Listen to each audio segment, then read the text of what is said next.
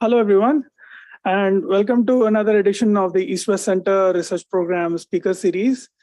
Every month, through the speaker series, we try to invite speakers to talk about the social, political, economic, and ecological transitions shaping the Indo-Pacific region.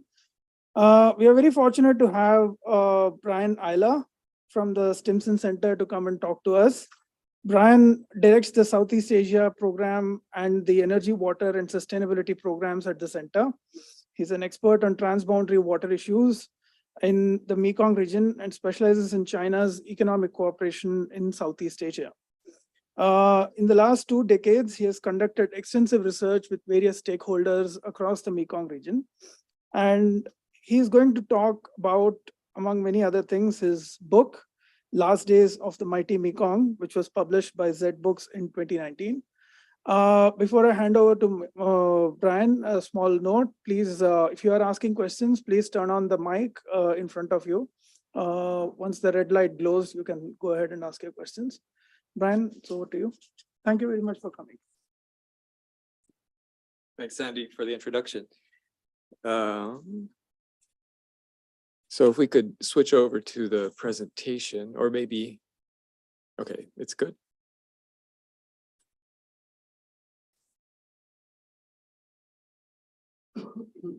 I'll let you all take care of that. It's great to be here in Honolulu. It's actually my first time to Oahu and the East-West Center. We, the Stimson Center, work a lot with Satu and the team at the East-West Center in Washington. And we've actually produced, let me see if I can get this up here.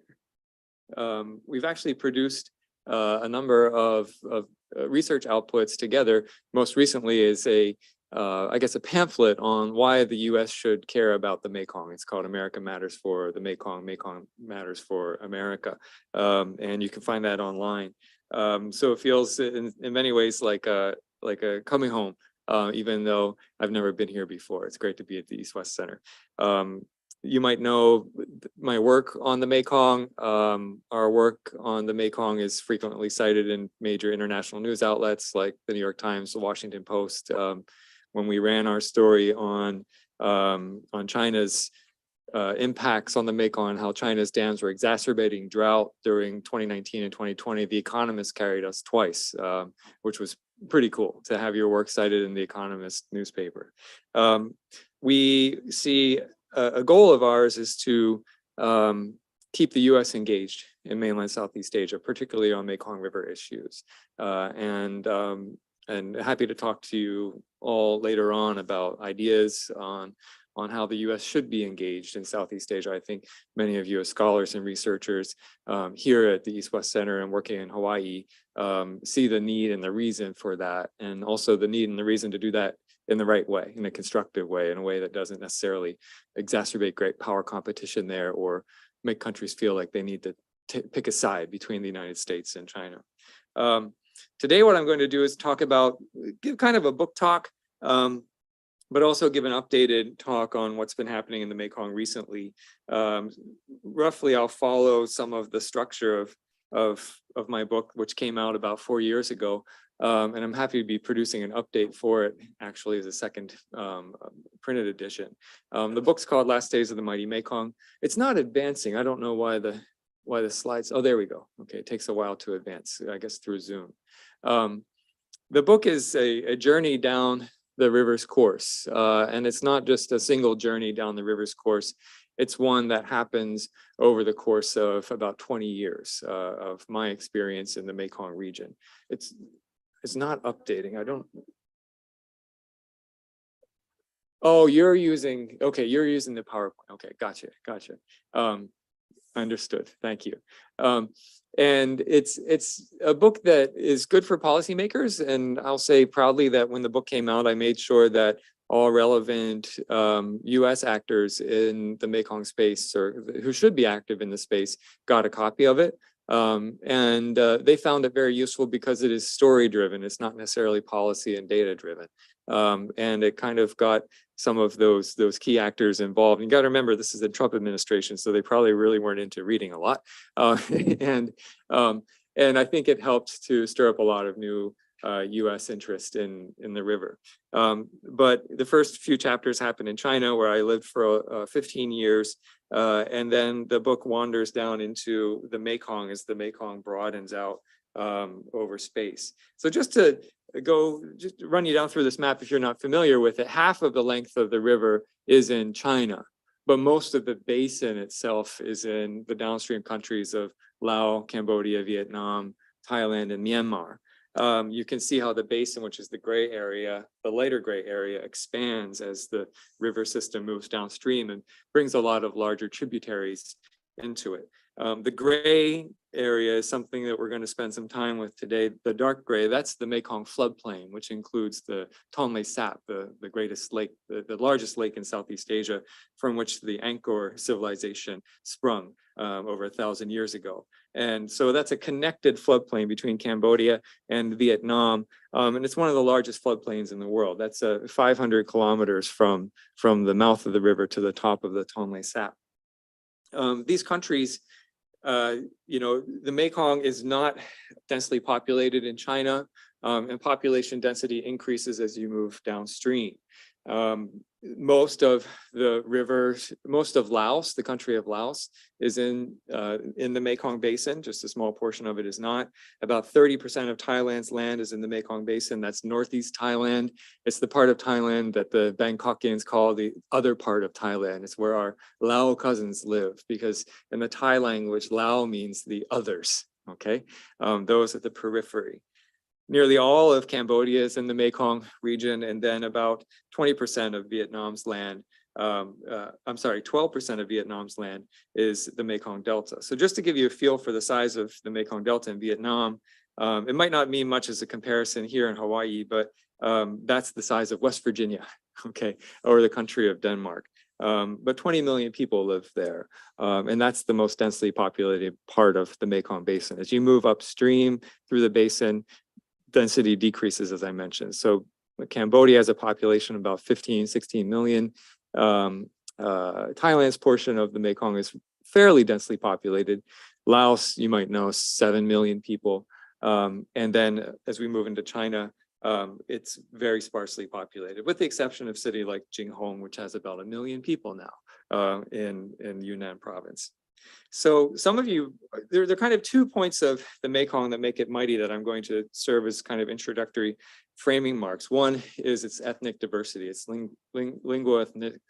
sorry, I'm a little jet lagged. It's linguistically and ethnically extremely diverse. So each of the colors here represents a different ethnic group. Now, some of you might be interested about how this came to be. Sorry, next slide. I've got to tell you all next slide. Each of the colors here represents a different ethnic group. And many of you might wonder how this kind of ethnic diversity came to be. Well, in Thailand, the Thai kind of explanation for civilization came about as a theory that the people of Thailand wandered out of the mountains. You might go to Thailand and see advertisements to take a tourism experience up in the hills of northern Thailand and see, say, the long neck Karen people or the people living up in the hills. And the Thais often say, well, that's where we came from. We became, those people up in the hills are uncivilized, and we became civilized as we moved down into the lowland floodplains and built a civilization. Does anyone here know the work of James Scott and Zomia theory? Okay, so James Scott's Zomia theory kind of turns that on its head. And he says that, I'm going to go next slide or advance. He says that, interestingly, this theory that civilization wandered out of the mountains is one that is not applicable for kind of the Southeast Asia or the Asian experience. In fact, it's the opposite. That this ethnic diversity that you see on this map is a function of the state, and it's a function of state expansion.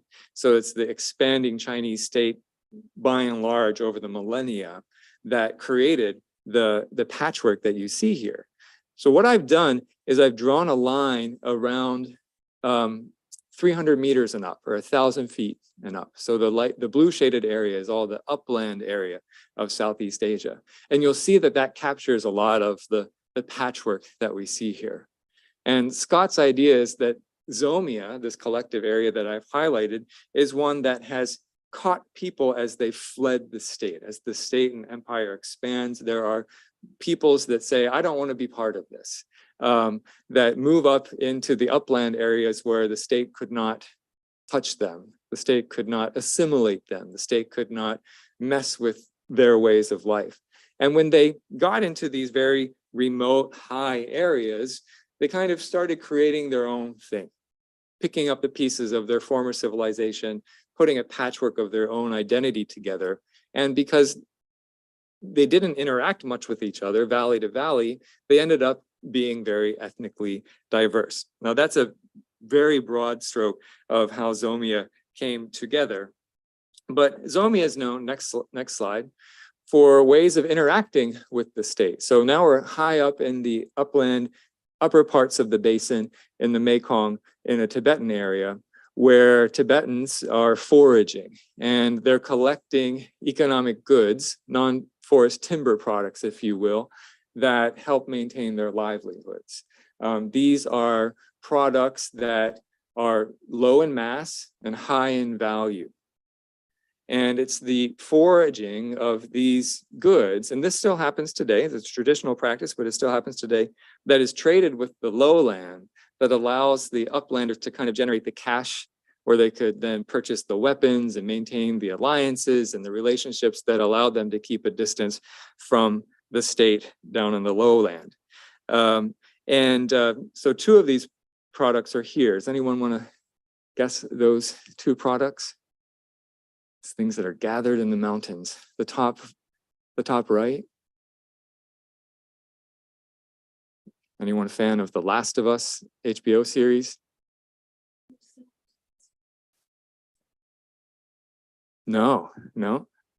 They're cordyceps, okay? So these are caterpillar fungus, and they're known as they're called in Chinese the insect in the winter and grass in the summer, dongchong xiacao, if you're familiar. And it's used for medicinal purposes. And they're very high value. They're kind of one of these good for what ails you products that is important to Chinese traditional medicine and other medicines in Asia. Down below is another high volume, low volume, high value product that's sold for export to restaurants in Japan. Does anyone know what this one is? Straight out of Yunnan province, Tibetan plateau. It's the matsutake mushroom, extremely high value. And this is something that's picked on day one and then flown to Tokyo on day two from the Mekong. And again, it creates income for people of the upland area. And allows them to, maintain livelihoods up in the hills. This isn't the most famous kind of low mass, high volume product, though, high value product of the Mekong. Historically, it is the product that defined the region, or the upper part of the region. What's that? Poppies and opium, okay? And I just was actually in the Golden Triangle 3 days ago. Now the opium production is converting to meth production, although opium is making a comeback in the Golden Triangle, particularly during the coronavirus time when there was lockdown and there's more opportunity for this type of illicit activity to occur. But in the eyes of the people of the upland area, this is the lifeline. This is a lifeline product that has, kept them alive over the years. So Zomia is defined by products like this. Next slide. And the people have been able, again, to generate an economic livelihood that allows them to not be bothered by the machinations of the state around them until now. So one of the arguments that I make in the book is that dams and other infrastructure development are now able to penetrate up into the upland areas of that map. This is the Shaowan Dam, one of the largest dams in the world. It's the first large dam built in the Mekong. It's the third highest dam in the world, and its storage is a quarter of the Chesapeake Bay. So it's about 25 cubic kilometers of storage in that dam. And these dams are being built in Zomia's area. So if we'll go to the next slide, we'll come back to our patchwork. Next, overlay Zomia. And now I'm going to show you where planned dams or built dams are within the Zomian map. Next slide. So in the past, when you couldn't get roads and telecom and things up into the hills where dams would be built, now it's quite easy. And next slide. And China's become quite good at this. So what I'm showing here is a map of not just the upper Mekong, but all of the large rivers in Southwest China to show that dams are being built and large dams are being built at a very rapid rate. And it's changing the way of life for these people up in the upland areas of Southwest China. The green dots are dams that have been completed, and the orange are those that are planned. And you can see that engineers are moving up farther and farther upstream into these harder to reach areas, one dam at a time, and building out these dams. 8 million people in the Yangtze River Basin alone, the upper Yangtze, have been resettled over the last 10 years. And no one's telling their stories of resettlement and how their lives are changing. No one can get in there now. American researchers used to be able to access this experience, and because of the relationship and the way it is, and also approvals for academic research in China, no one can get up into those river systems to see how lives are changing. And it's extremely unfortunate that where, you know, research that, say, James Scott once produced, and other similar research like the mushroom at the top of the world can no longer be produced because of the state of the relationship. But just to get back to these dams, on the Mekong alone, 11 large dams have been completed. And these were completed without any consultation or notification to the downstream countries. And China to date does not provide data about those dam operations. And again, some of the largest in the world are there. They hold half of the active storage in the Mekong Basin, which means half of the water that can be kind of taken out or put back in to the river system as dams are operated. They're altering lives and livelihoods up in the upper Mekong. I'm going to move a little faster. Next slide. The lower Mekong is as well changing the ways of lives of people and this diversity that I mentioned before through building dams. So if you look at this map, we keep the same approach, where green dams are dams that are completed, light green dams are those that are under construction, orange are those that are planned. And Laos, the country of Laos, has pinned its future on becoming the battery of Southeast Asia. And that means developing, fully exploiting all of the tributaries of the Mekong, building 9 dams on the mainstream of the Mekong, 2 of which are complete, and selling that power to the regional neighborhood, exporting it so that it can gain foreign income to kind of stave off macroeconomic crises, to buy vaccines for global pandemics if this would happen again, and to allow its country to develop. At least that's what the plan is. To date, the country of Laos has overdeveloped its hydropower. So there are more dams than markets. And this is causing, as you can imagine, a lower price for electricity coming out of Laos. So they're losing money. And without having, you know, markets for dams, there's actually some of the dams, particularly the ones that are Chinese or Thai built, and they're all built by foreign investors in Laos. There are take or pay agreements, which guarantee the developer gets paid regardless if the power is sold or not. Okay, and who pays the bill for that? The government of Laos, if they can't find a market for the power. And that is only, you know, further burden on the people of Laos to contribute to this. So the battery of Southeast Asia has not really manifested in the results it had intended. And the dams really don't pay off for themselves to the country of Laos for 20 to 30 years, because these are build, own, operate, and transfer projects, foreign invested, that the owner developer, which is foreign, Chinese, Thai, or Vietnamese, they're not going to, they're going to make their money back first, and then the ownership will transfer to the country of Laos, where then Laos will make the full income on the sale of hydropower, say 30 years later. In Cambodia, you might notice a bit of a difference. Cambodia has a lot more orange dots than green, because Cambodia is going about building its dams out in a very different way.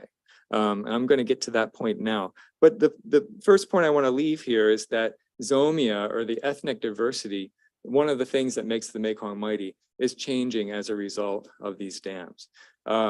Resettlement, because of hydropower projects, is the #1 driver of migration in Laos right now. And people are being resettled into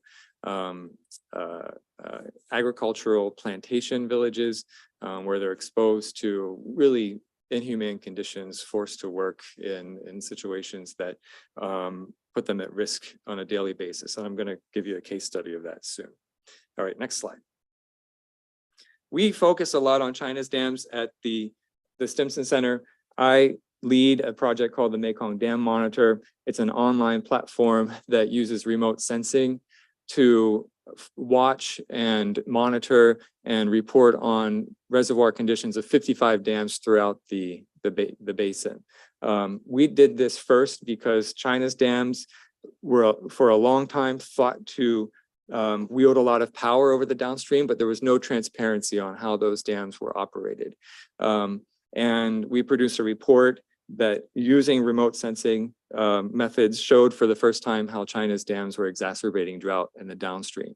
So this is kind of why we focus on China's dams. All of this data here is generated by our team using satellite imagery.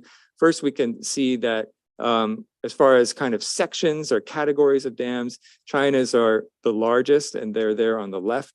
And you have to put together other kind of groupings of dams in the downstream together to come even close to matching the amount of water that's in China's 11 dams upstream.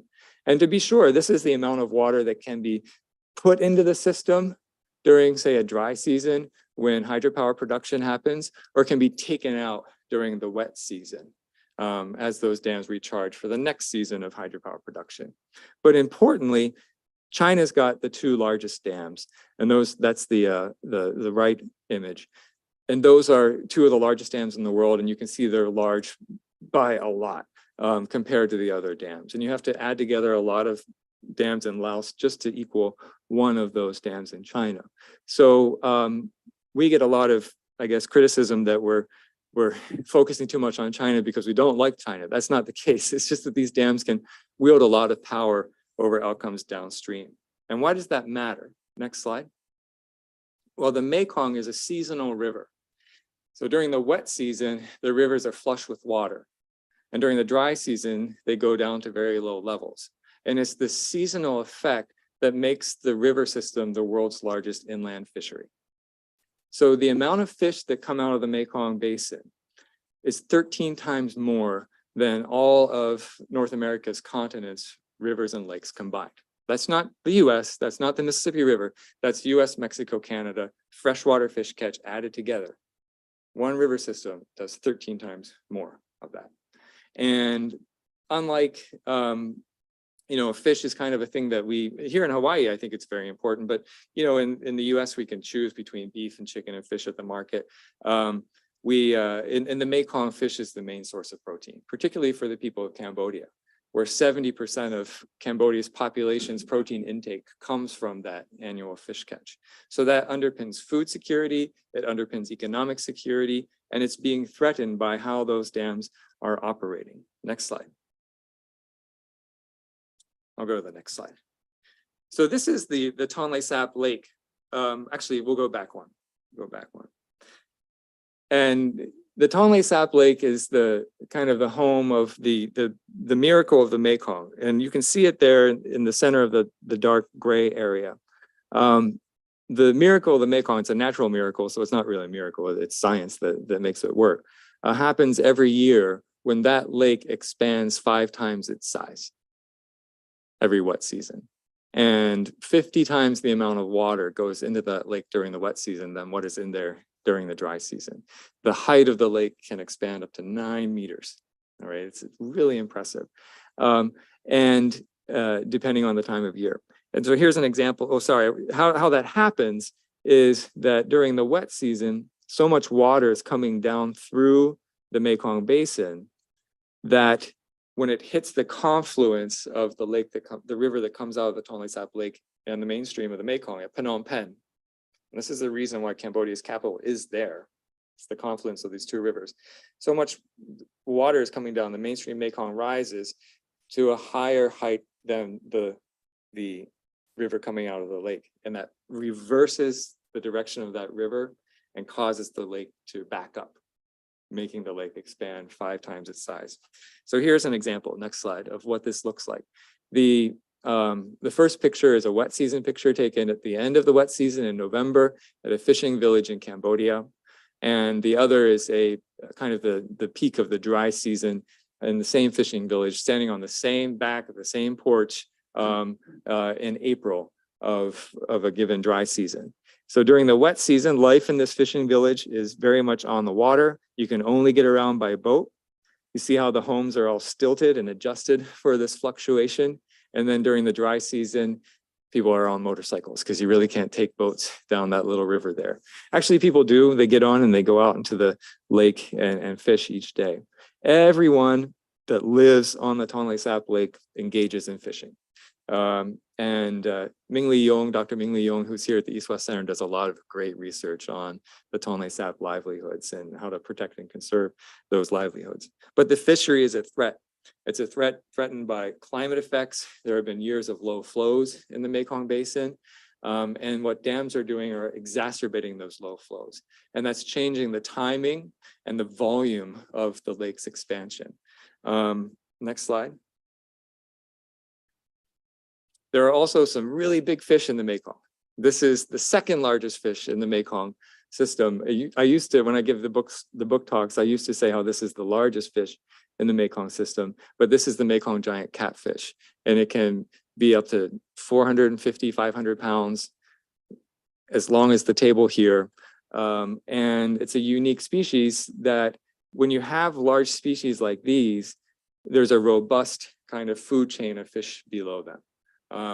There are over 1,000 species of fish in the Mekong River system. It's the second most biodiverse in the world. And again, it's that seasonal pulse that makes this fish biodiversity so impressive. Does anyone know what the largest freshwater fish is in the world? It also comes from the Mekong.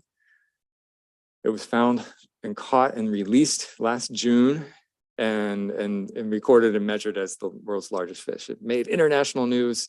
I was really happy to sit across from the Cambodia Fisheries Institute's director when he said, you know, hundreds of millions of people learned about this fish. Yeah, exactly. It was the giant stingray, the Mekong giant stingray. So like 650 pounds, 13 feet across. Really, really impressive. The team that caught and released it last year, they found it again this year, and now they're tracking it in some of the deep pools of the Mekong. But this is kind of the second thing that makes the Mekong mighty. It's the fisheries biodiversity, as well as mammalian biodiversity. There are freshwater dolphins in the Mekong system. I just spent time with some elephants in the Golden Triangle a few days ago. Amazing, if you're into bird watching, this is the place to go, at least until everything changes, because things are changing. Can I get a quick time check? Okay, great. All right, so 10 more minutes. I've kind of set up what makes the Mekong mighty. Now let's talk about some threats. Next slide. So real quick, we're going to start in Chiang Rai, where I was just a few days ago. Next slide. This is in northern Thailand, where water comes out of China first. And much of the mainstream there has been permanently altered. So that seasonal effect that I talked about, that drives fisheries, that drives livelihoods, that drives agricultural practices. It drives agricultural practices because when the river is low during the dry season, the banks are fertile, and people of the Mekong can plant riverside bank gardens there from which they can get their vegetables, and they can graze animals and chickens, and not rely on, say, supermarket chains for their food. But the seasonality of the river has basically been flatlined. And this is what dams are doing. This is Mekong River Commission data at 2 points along the river's course in northern Thailand, showing that the river level is coming up a lot during the dry season and then going down during the wet season. And that's because they release water during the dry season and they restrict it during the wet. And what kind of effect is this having? Next slide.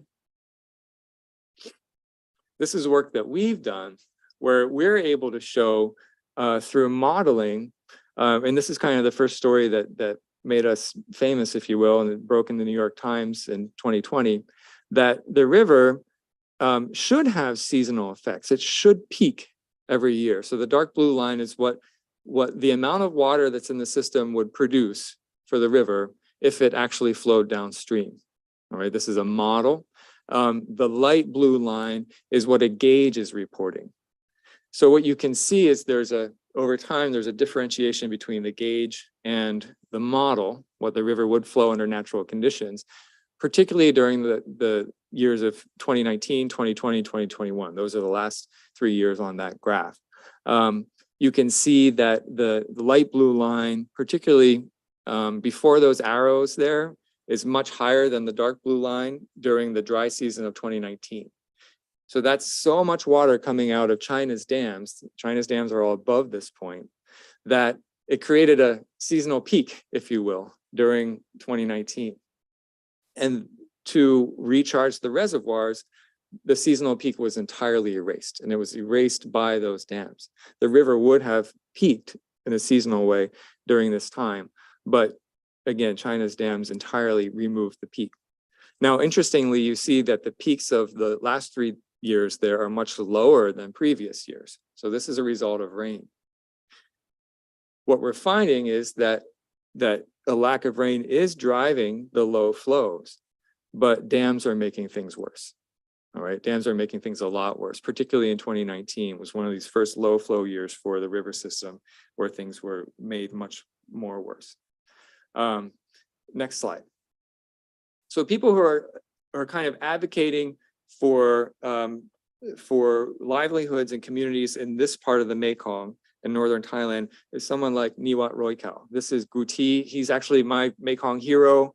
I learned so much from him. I got to spend the weekend with him just last weekend and then introduce him for a keynote speech at a State Department sponsored Track 1.5 policy dialogue on the Mekong River just a few days ago. He is the 2022 Goldman Prize winner, and has done many things. In my book, I tell many stories about him, but most recently, next slide, he has stopped China's engineers from coming down into the Thai-Lao border and blasting rapids on his part of the river in northern Thailand. And he's been doing this for decades. He's able to call out activists, thousands of them, in a matter of hours to come out to the river and protest when these surveying engineers show up. Now, why is this blasting project happening? The plan is to blast the rapids and allow for long distance navigation out of China for trade along the river's course. He says these rapids are important for the Great Mekong catfish fishery, that this is where those catfish spawn during the migratory periods and the spawning periods. The Thai government doesn't want the rivers blasted because they don't want China's brown water navy coming up and down through the river. And they can remember a time, or at least they talk about a time, when the French brown water navy were patrolling the river there. And they remember when the French negotiated part of their sovereign territory away about 100 years ago. And so this is very much in the national conscious and the national security conscious. A few years ago, the Thai government arranged for the Chinese engineers to sit down with Niwat Roykal in a consultation. One of the results of that was that the Chinese Foreign Ministry communicated to the Thai Foreign Ministry, which communicated to the world that this blasting project has been canceled. So it was a major victory for environmentalists in the Mekong, a major victory for Niwat Roykal. And because of it, he won the 2022 Goldman Environmental Prize. If he ever comes through Hawaii, East-West Center, he's someone you want to get to speak here. Very impressive. But he is fighting for livelihoods and a very effective campaigner. Many more stories to tell about him, but we'll go to another place where things aren't going so well. That's the next slide. Down to Luang Prabang, Laos. And Luang Prabang is, next slide, is kind of the jewel of Southeast Asia. Who's been to Luang Prabang? okay, you got to go. And you got to go before it all changes, because there's a new high-speed rail that's coming through from Kunming to Vientiane. There's a big dam being built upstream from it that kind of threatens the pace of life and livelihoods there. But this is just an amazing experience, a place to go along the banks of the river. You can just see how beautiful it is. And I'm not even looking at the actual Mekong. This is a tributary that comes out of the mountains and then comes into the Mekong there at Luang Prabang. Just south of Luang Prabang, next slide, or sorry, just upstream of Luang Prabang is this Nam U Cascade. So this is one of the U River dams. And there are 7 dams like this on the river system that actually had no market for their power until recently. The cascade of 7 dams was completed, resettlement was completed, and only recently has a power deal been struck with China to send power upstream. But I visited a resettlement village, next slide, where my team went in and we were doing some research on the quality of life, and we're coming into this village, and we thought this was a newly built resettlement village built by the developer. And we thought that, wow, it kind of looks like, you know, decently organized place, and there was a lot of hustle and bustle around when we pulled in. But we quickly realized that life was tough in this village. Next slide. And in my book, I tell some stories about how lives are changing here, but just to give you a feel for kind of the hardships that these people have. One is the homes were built in an area that can't have local kind of food gardens around them. And if you know anything about life in Thailand or Laos, there's basil and peppers and eggplants and other things that are important for the diet that you grow around your home.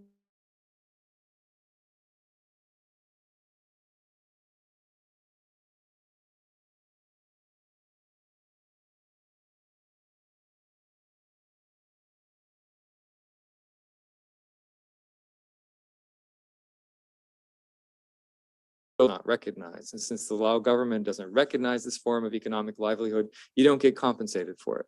These were people who planted mountain slope rice, and the rice is what formed the basis of their diet. So in order to sustain a livelihood, they had to rent land from the village in which they were moved. So their livelihood's taken away.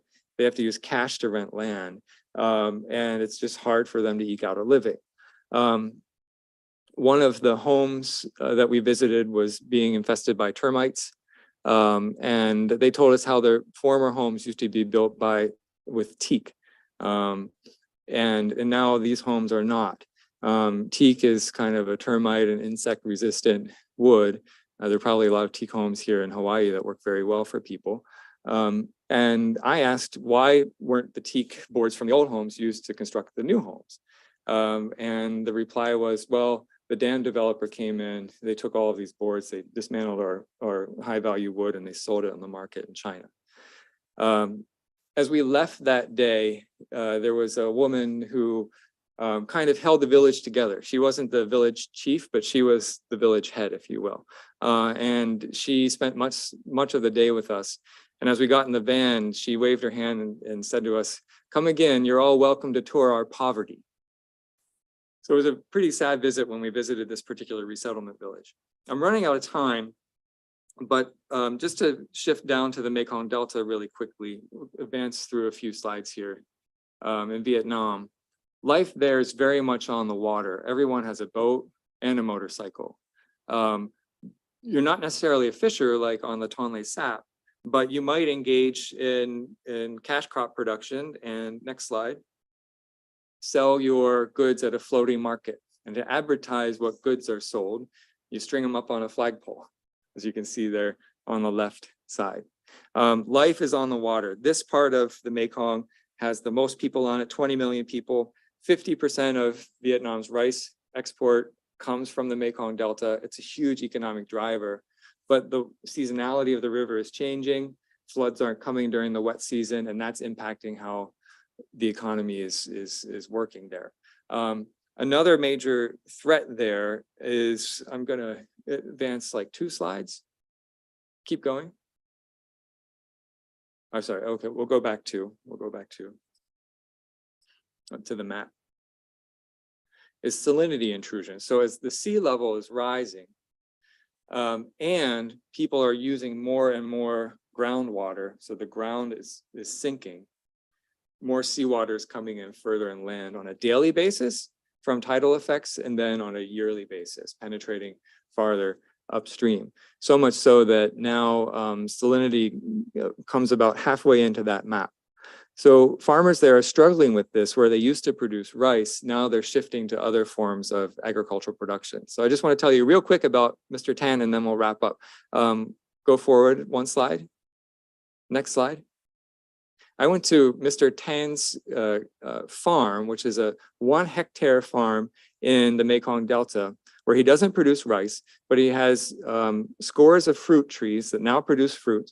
He's got a pond like this that was teeming with fish, and there are plants on top of the pond that the fish feed from. So he's got a closed loop agricultural system that also produces snails. I think that's the next slide. And Mr. Tan says he's got the best snails in all of the Mekong Delta, and he can charge a pretty penny for them. And he sells them to the markets in Kanto, the large city in the Mekong Delta. And the next slide. And his system is entirely closed loop. So last question I want to ask to you before you ask me questions is, what's this?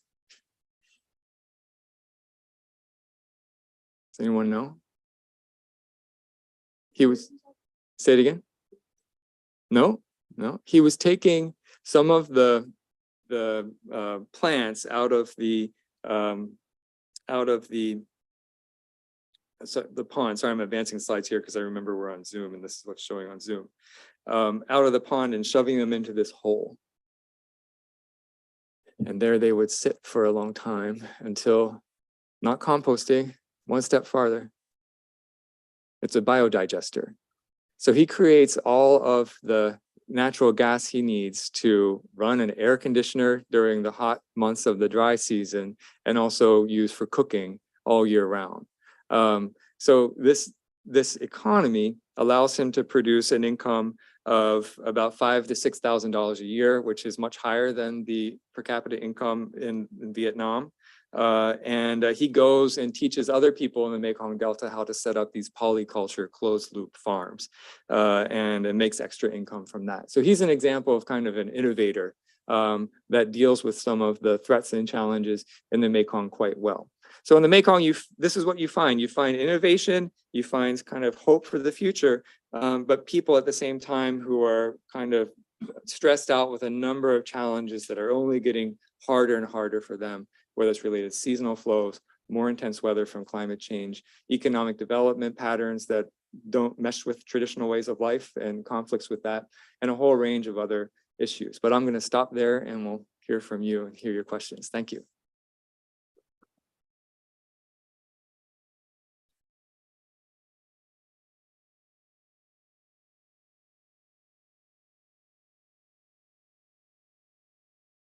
Thanks. That was fascinating, really fascinating, and somewhat depressing. So Sorry. on the non-depressing side of the equation, you didn't mention, but I think we're all thinking about, is that this is generating a lot of, zero carbon energy, Right. which is important, right? Sure. Do you want to say anything about that side of the equation? Yeah, I mean, some dams could be built or should be built in areas with fewer impacts. But at the same time, when it's already hard enough for people of the Mekong to mitigate against climate change, because we know the marginalized people of the world and people of the Mekong are extremely marginalized by and large, get hit the worst by extreme events. And then to have their livelihoods being ruined by dams upstream, there's kind of a double effect there. And what my team does is, we point out the impacts of dams, but we're not just critics, we provide constructive criticism.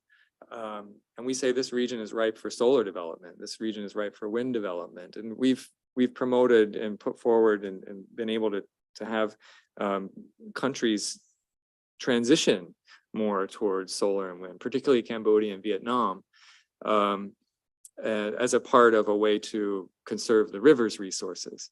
But you've got to, it's kind of like democracy. You got to work at it, right? Not the automatic connection of a renewable energy transition and river resource conservation is not one that's a natural connection.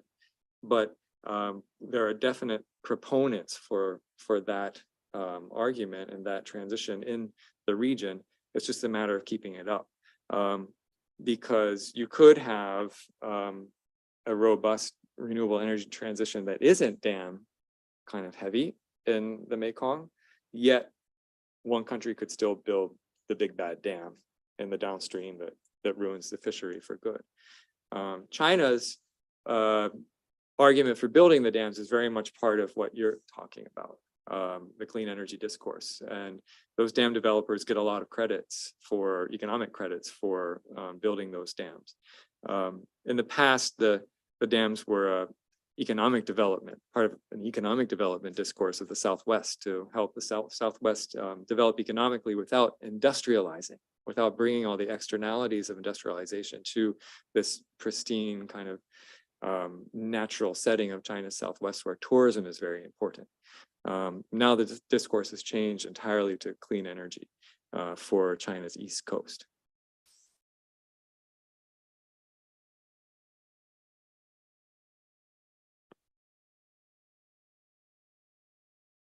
I was wondering, has there been any recent improvements in transparency from China about the operation of its dams? So yes, to a degree. China used to not share any data about its part of the river system.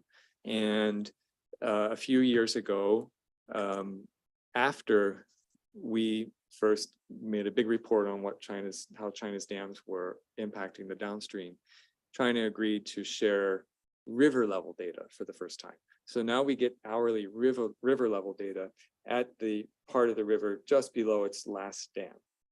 And if you understand how dams are operated and know how to read river gauges, you can tell what is dam driven and what's natural flow driven. But otherwise, it doesn't tell much about how those dams are operated.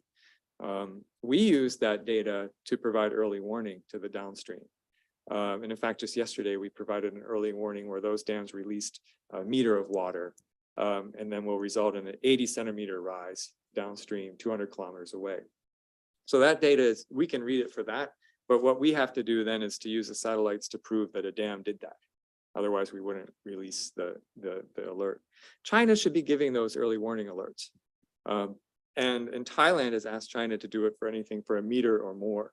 But there's been no actual action. China has pledged more early warning, hasn't given any though, and there have been plenty of instances. There are more than 30 instances a year where China should do this.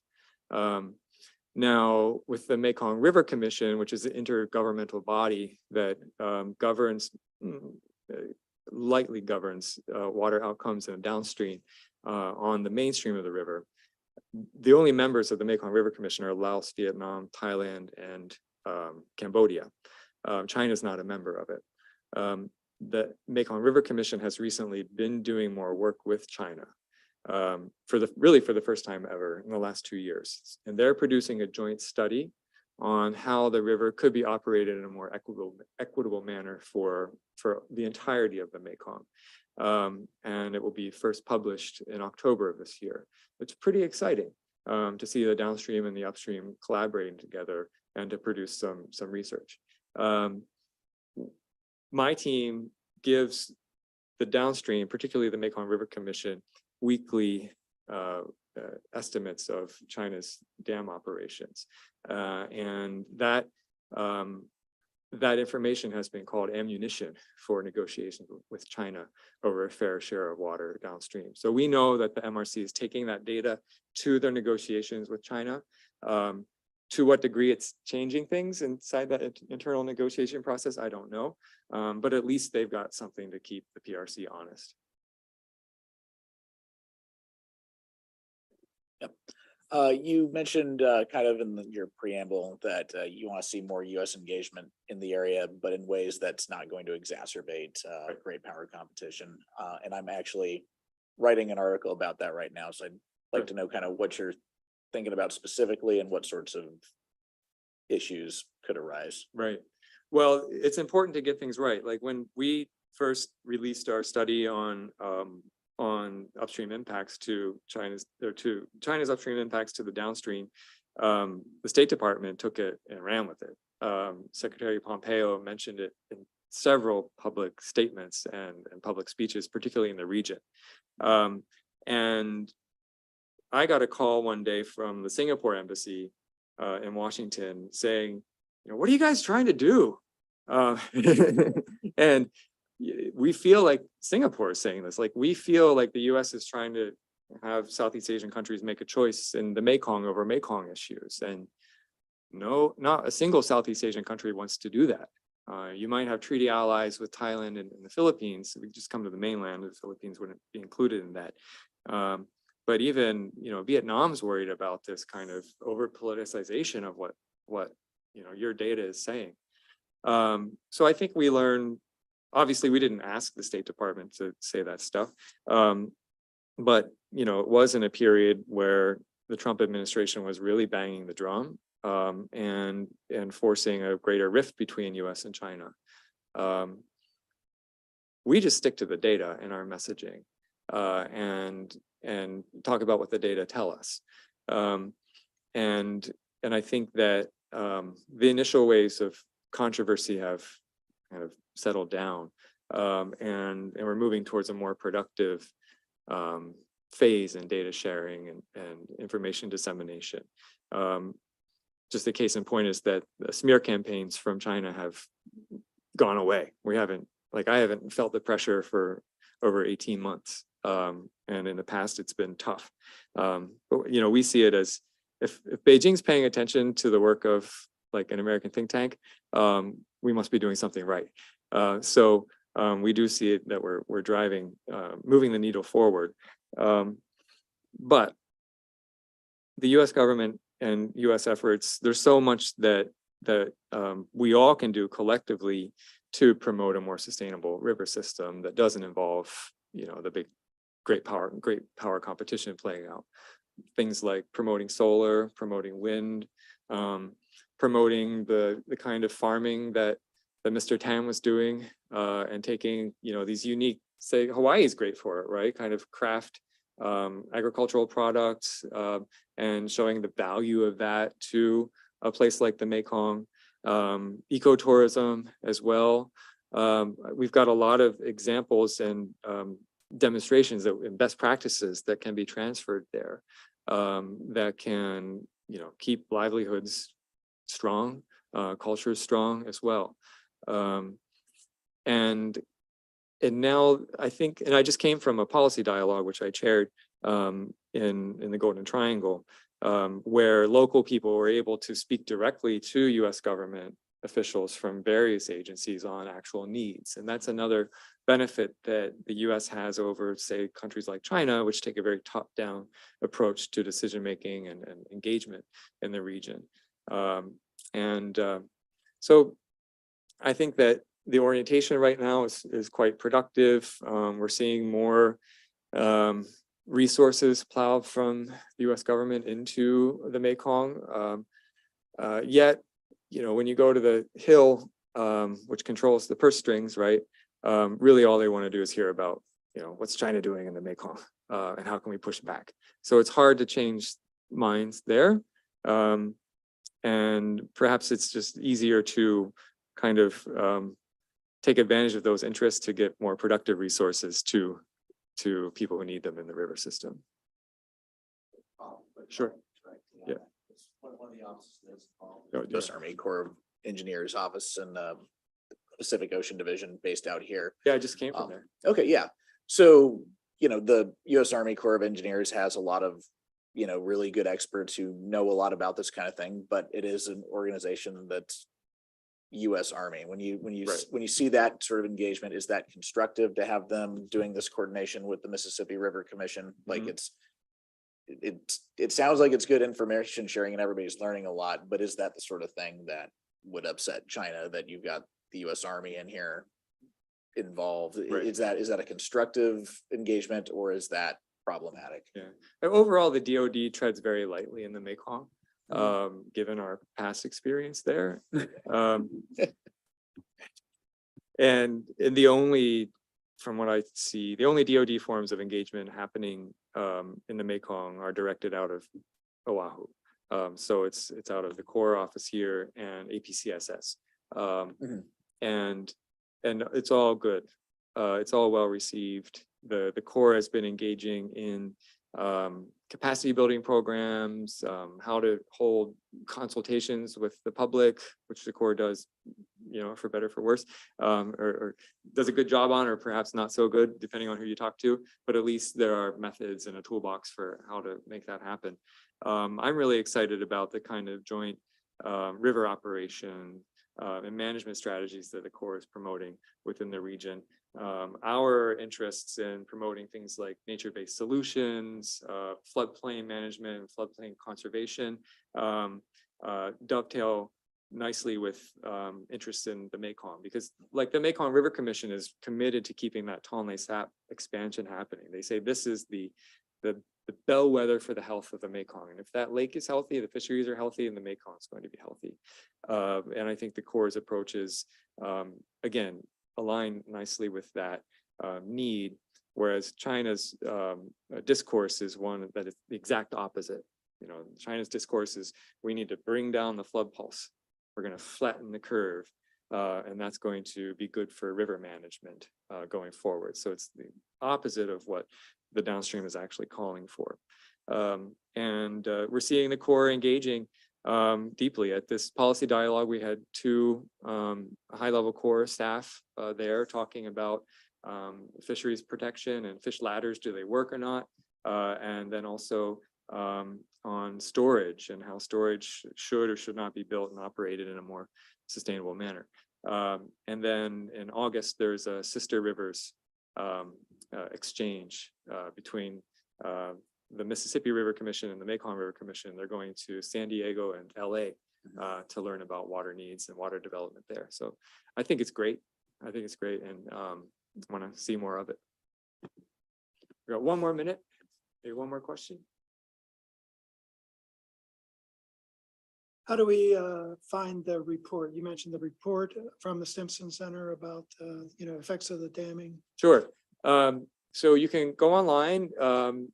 If you type Stimson Mekong, you're going to get a lot of information that we've produced. The report about China's dams effects came out in April of 2020, and it's called New Evidence, something. But we've produced a lot of research recently. We produced an annual report for the Mekong Dam Monitor that will be coming out soon. I recently authored a paper on how dams impact the 3S river system, which is a downstream river system, transboundary, coming out of Vietnam, Laos, and Cambodia. There are 3 rivers that all start with S. They're the longest tributaries of the Mekong, and dams are being built on all of them, and there's very little transparency over their operations. So we were able to show how those dams are impacting the individual rivers and the Mekong River itself. So you'll find a lot of resources there. The Dam Monitor, Google Mekong Dam Monitor, you'll find it.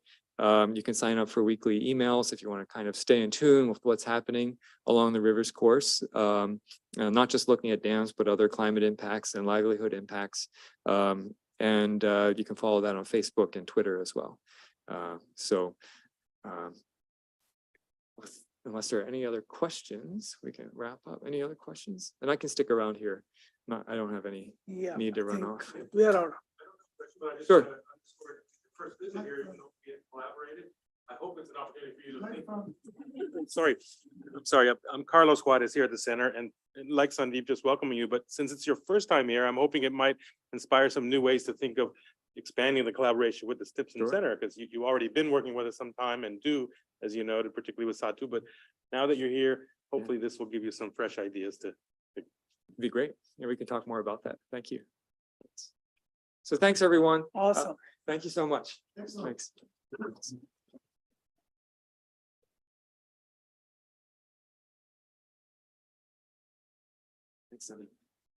Thank you, everyone. I really appreciate everyone for taking their time out and joining us for this wonderful talk by Brian. Next, we are going to have a talk on the 7th of August, and that's going to be by Suhasini Haidar. It's a virtual talk, and Suhasini Haidar is the diplomatic editor of The Hindu, one of the largest and most respected newspapers in India. See you all again. Thank you.